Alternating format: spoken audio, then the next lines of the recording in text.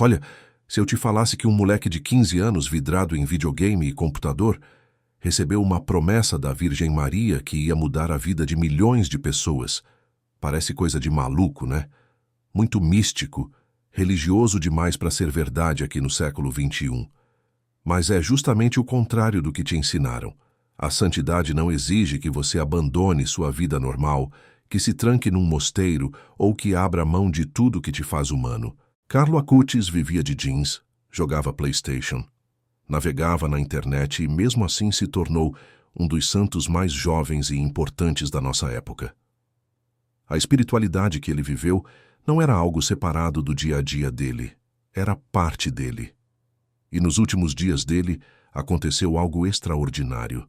Ele recebeu 3 promessas que estavam destinadas a transformar a forma como a gente entende fé, missão e propósito. Se você já sentiu que sua vida é comum demais para fazer algo grande, se pensou que religião é coisa distante ou antiquada, ou se simplesmente fica se perguntando como um jovem da sua geração pode inspirar milhões depois de morrer, então você precisa conhecer essa história.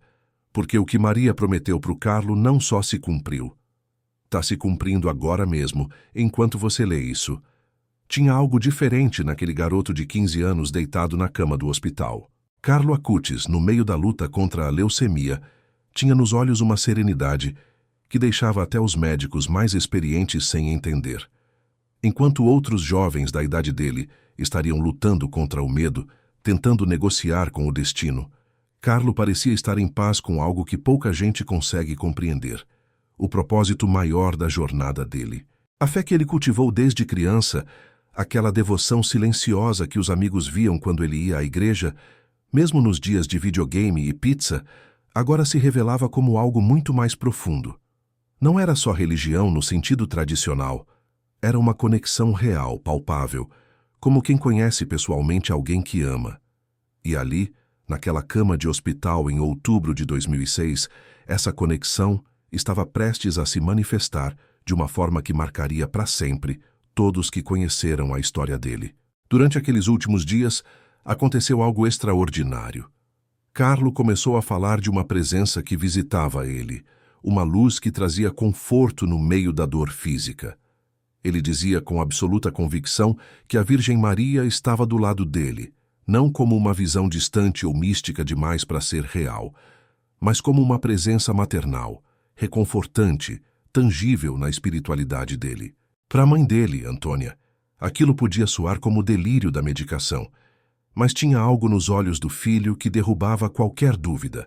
Era a mesma certeza que Carlo tinha quando falava de Jesus Cristo, quando explicava os milagres eucarísticos que ele tanto estudou, quando convidava os amigos para o culto sem forçar nada, só compartilhando naturalmente aquilo que era o centro da vida dele. A oração não era peso para ele, era encontro. O evangelho não era regra, era caminho. E naquele momento final, tudo isso se confirmava de uma maneira que superava qualquer lógica humana.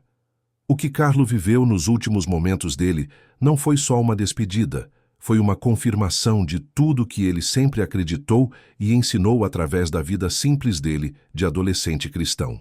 Enquanto outros da idade dele estavam descobrindo o mundo através das telas e redes sociais, e ele também fazia isso porque Carlo era absolutamente normal nisso, ele descobria algo mais profundo, que a verdadeira conexão não está só no mundo visível. Os testemunhos de fé dele não eram discursos elaborados, nem sermões grandiosos, mas a própria forma como ele vivia. Cada dia de devoção ao rosário, cada visita à igreja para a adoração, cada momento que ele dedicava aos estudos bíblicos, sendo um jovem moderno, tudo isso construiu algo que nem a morte conseguiria apagar. E foi exatamente isso que Maria veio confirmar naqueles últimos dias, que o trabalho dele estava só começando, que a missão dele ia transcender o corpo físico. Mas isso ele ainda não sabia completamente. As 3 promessas de Maria, a primeira promessa, chegou como um sussurro de esperança no meio da dor. Maria disse para o Carlo algo que a mãe dele precisaria ouvir anos depois, quando o luto ameaçasse consumir ela. Seu trabalho sobre os milagres eucarísticos não vai morrer com você. Para um adolescente que tinha passado horas na frente do computador, documentando 137 milagres eucarísticos de todo o mundo, aquilo era mais que um consolo, era uma missão confirmada. Carlo tinha criado um site detalhando cada milagre, desde o de Lanciano até Buenos Aires, não por obrigação religiosa ou trabalho da escola, mas porque ele genuinamente acreditava que o pessoal precisava ver essas evidências de fé. E agora, nos últimos momentos dele, ele recebia a confirmação de que aquele trabalho digital, aquela forma tão única de viver o cristianismo através da tecnologia, ia alcançar milhões de pessoas. Não era o fim. Era só o começo de algo que ia transformar a forma como jovens do mundo inteiro veriam a espiritualidade. A segunda promessa foi ainda mais profunda e desafiadora. Maria revelou para ele que ele se tornaria um sinal para a geração dele, mostrando que é possível ser santo vivendo uma vida moderna e comum. Pensa nisso por um momento. Você não precisa renunciar aos videogames. Não precisa abandonar seus jeans e tênis. Não precisa falar de forma solene ou se afastar dos seus amigos. Carlo era a prova viva de que a santidade não está no extraordinário, mas na fidelidade ao ordinário. Quando os colegas viam ele na escola, não viam um santo no sentido tradicional que a gente imagina. Viam um amigo normal que casualmente ia à missa todo dia, que naturalmente falava de Jesus Cristo sem ser invasivo, que vivia a fé dele como quem respira, sem esforço aparente, mas constantemente. Essa promessa era revolucionária porque desmontava séculos de ideia de que para ser santo você precisa fazer coisas impossíveis. Não. A verdadeira santidade está nas coisas simples feitas com amor extraordinário. E aí veio a terceira promessa, aquela que Maria revelaria com o tempo, através dos fatos que aconteceriam depois. Carlo continuaria a missão dele ainda mais forte do céu, e Maria intercederia pessoalmente ao lado dele para ajudar almas na terra. Isso não foi só uma promessa de consolo para uma mãe aflita. Foi uma declaração de guerra espiritual contra a desesperança que consome tantos jovens cristãos hoje. Cada cura atribuída à intercessão dele, cada conversão que acontece depois de conhecer a história dele, cada testemunho de fé que surge quando alguém descobre que um adolescente comum se tornou santo, tudo isso é o cumprimento dessa terceira promessa. Maria não só consolou um garoto moribundo, ela ativou uma das missões evangelizadoras mais poderosas do século XXI. E o mais impactante é que tudo começou com um adolescente que simplesmente decidiu viver a fé dele, sem se desculpar por ela, sem esconder, mas também sem impor. Vida comum, mas profundamente espiritual. Se você tivesse conhecido o Carlo na escola, provavelmente não teria notado nada de estranho nele. Usava jeans como qualquer adolescente. Jogava videogame com a mesma paixão que os amigos dele. E dominava o computador de um jeito que impressionava até os adultos. Não andava com uma Bíblia gigante debaixo do braço, nem pregava nas esquinas. Na verdade, Carlo era tão normal que muita gente ficava surpresa ao descobrir a profundidade da espiritualidade dele. Mas aí é que está o segredo que pouca gente entende. A verdadeira devoção não grita, não se exibe, simplesmente é. Carlo tinha encontrado algo que a maioria dos jovens cristãos busca desesperadamente. Uma forma de integrar a fé com a vida do dia a dia sem que uma anule a outra. A religião dele não era um compartimento separado que se abria aos domingos na igreja. Era o oxigênio que ele respirava enquanto jogava, estudava, navegava na internet ou simplesmente existia. O que fazia o Carlo ser diferente era a relação diária e íntima dele com a Eucaristia e o Rosário. Enquanto outros adolescentes consideravam a missa de domingo uma obrigação chata, Carlo ia todo dia como quem vai encontrar o melhor amigo dele. Não porque os pais obrigavam, aliás, a mãe dele se converteu inspirada por ele, mas porque ele genuinamente acreditava que ali, naquele pão consagrado, estava a presença real de Jesus Cristo. Imagina isso, um moleque de 15 anos que preferia passar tempo em adoração ao Santíssimo do que ficar dormindo até tarde. Mas ele não fazia isso com cara de mártir ou sacrifício. Fazia com alegria, com a mesma naturalidade que outros vão para o parque ou para o cinema. O rosário fazia parte da rotina dele, como escovar os dentes, mas com a diferença de que ele entendia cada Ave Maria como uma conversa real, não como uma repetição mecânica de palavras.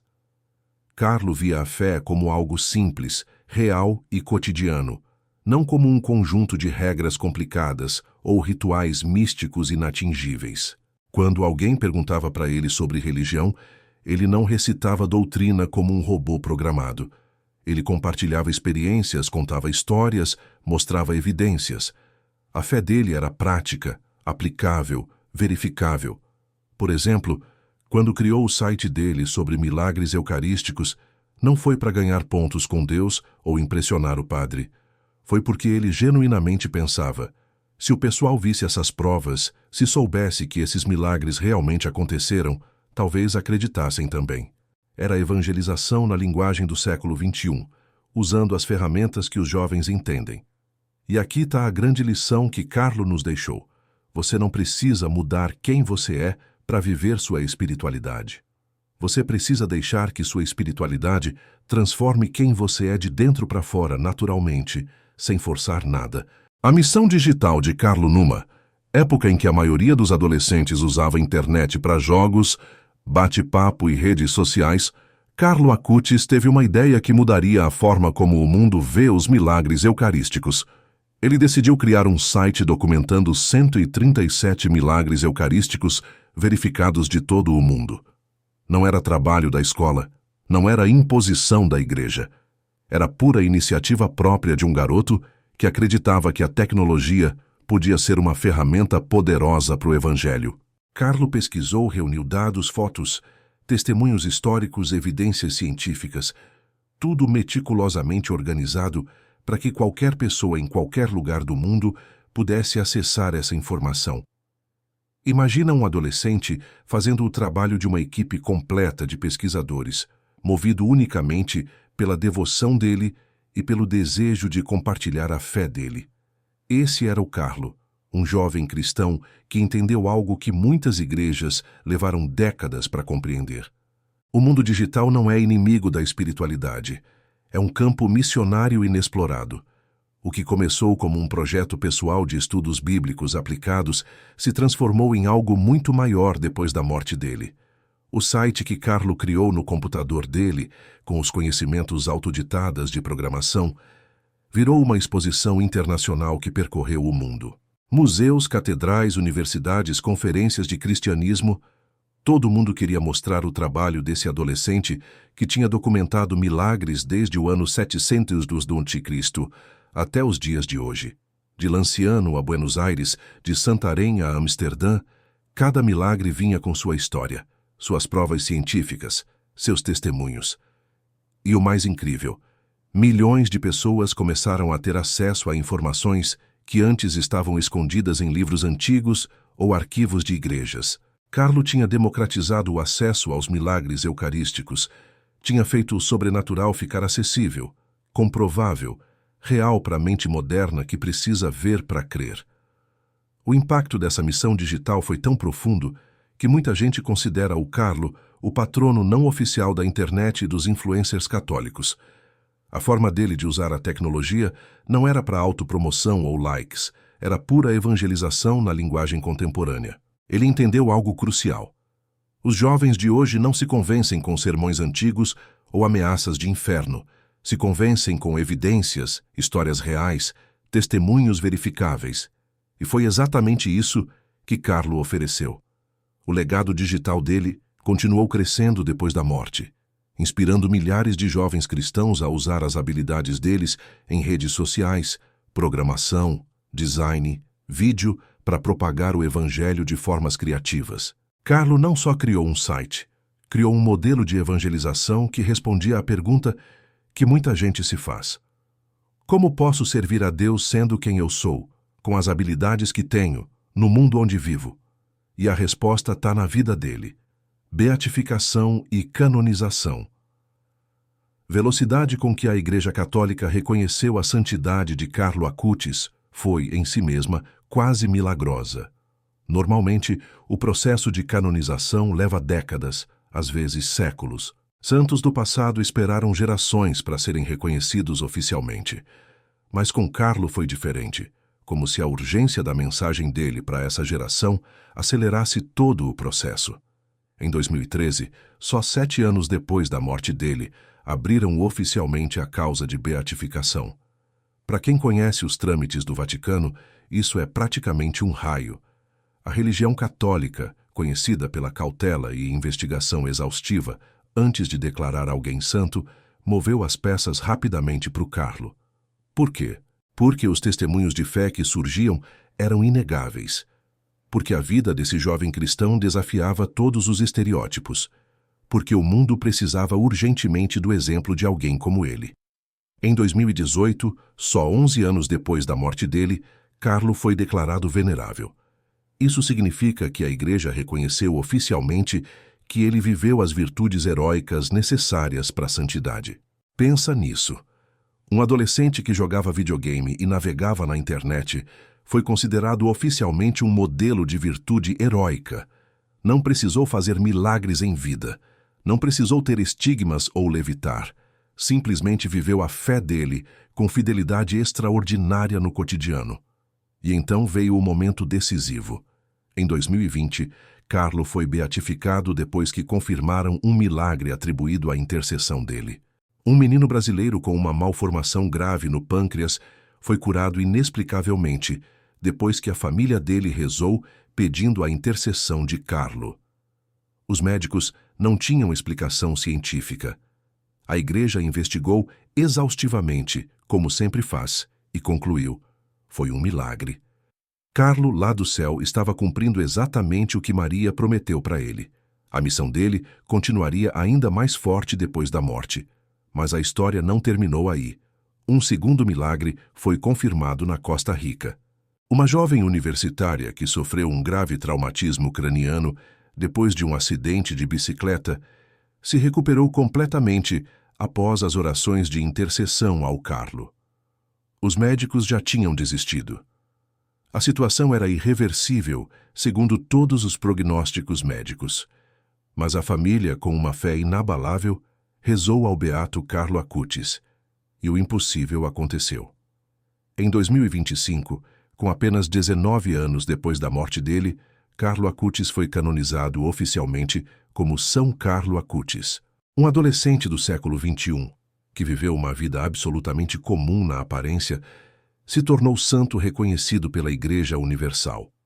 O processo dele foi um dos mais rápidos da história moderna, como se Deus mesmo estivesse com pressa de mostrar para o mundo que a santidade não é coisa do passado, que você não precisa ser um mártir medieval ou um místico do deserto. A santidade é possível hoje, agora, com sua roupa normal, seu trabalho comum, sua vida cotidiana. Impacto espiritual global que aconteceu depois da morte de Carlo é algo que sociólogos da religião e líderes de igrejas estão estudando intensamente.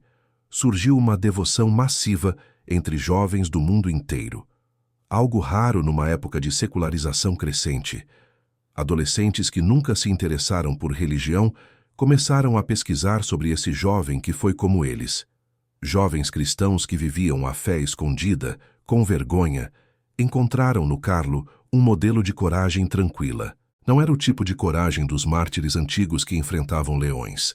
Era a coragem de viver sua espiritualidade sem se desculpar num mundo que constantemente te diz que a fé é irrelevante. De repente, milhares de testemunhos de fé começaram a surgir. Pessoas que se converteram ao cristianismo depois de conhecer a história de Carlo. Outras que redescobriram a fé adormecida. Muitas que encontraram sentido no meio de crises existenciais profundas. Os testemunhos de cura física são impressionantes e estão bem documentados. Mas talvez o mais impactante seja o número de curas espirituais. Jovens que estavam à beira do suicídio encontraram esperança na história de Carlo. Pessoas que sofriam de depressão profunda, ansiedade paralisante ou vazio existencial relataram mudanças significativas depois de conhecer a vida dele e começar a rezar pedindo a intercessão dele. Não são só histórias emotivas sem fundamento. São testemunhos verificáveis de pessoas que passaram da desesperança à esperança, da tristeza ao propósito.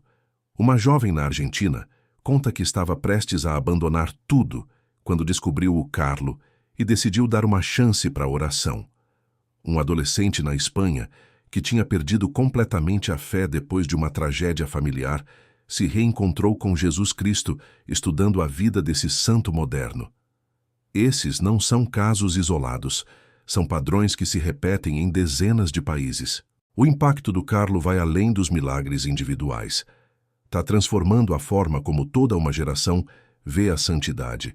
Jovens que antes pensavam que religião era coisa de velho ou de gente esquisita, agora veem que é possível ser descolado e ser santo, ser moderno e ser devoto, usar tecnologia e servir a Deus. Grupos de estudos bíblicos liderados por jovens surgiram inspirados no exemplo de Carlo. Movimentos de adoração eucarística entre adolescentes cresceram exponencialmente. A presença na missa diária entre jovens aumentou em várias dioceses que promoveram a história dele. E o mais interessante, muitos desses jovens são da geração Z, supostamente a mais secular da história.